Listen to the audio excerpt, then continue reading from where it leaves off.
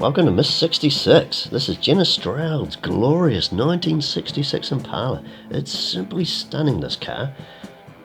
It's easy to see the love Jenna has for these big old American rides. The instant smile when she sits behind that steering wheel gives it away for sure. Miss 66 is Jenna's first classic car, but she's no stranger to the classic car scene.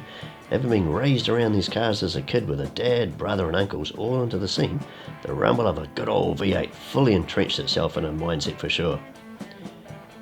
Jenna's owned a pretty cool selection of cars over the years, but the desire for an Impala was way too strong to be ignored, and the hunt was on. What seemed to be a hard hunt has certainly scored her a model out of the bag here.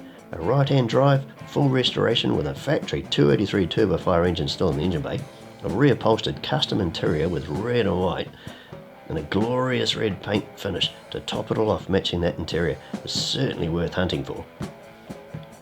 The glorious red paint is truly amazing, with a changing light and simply glows with the big 20-inch chrome wheels.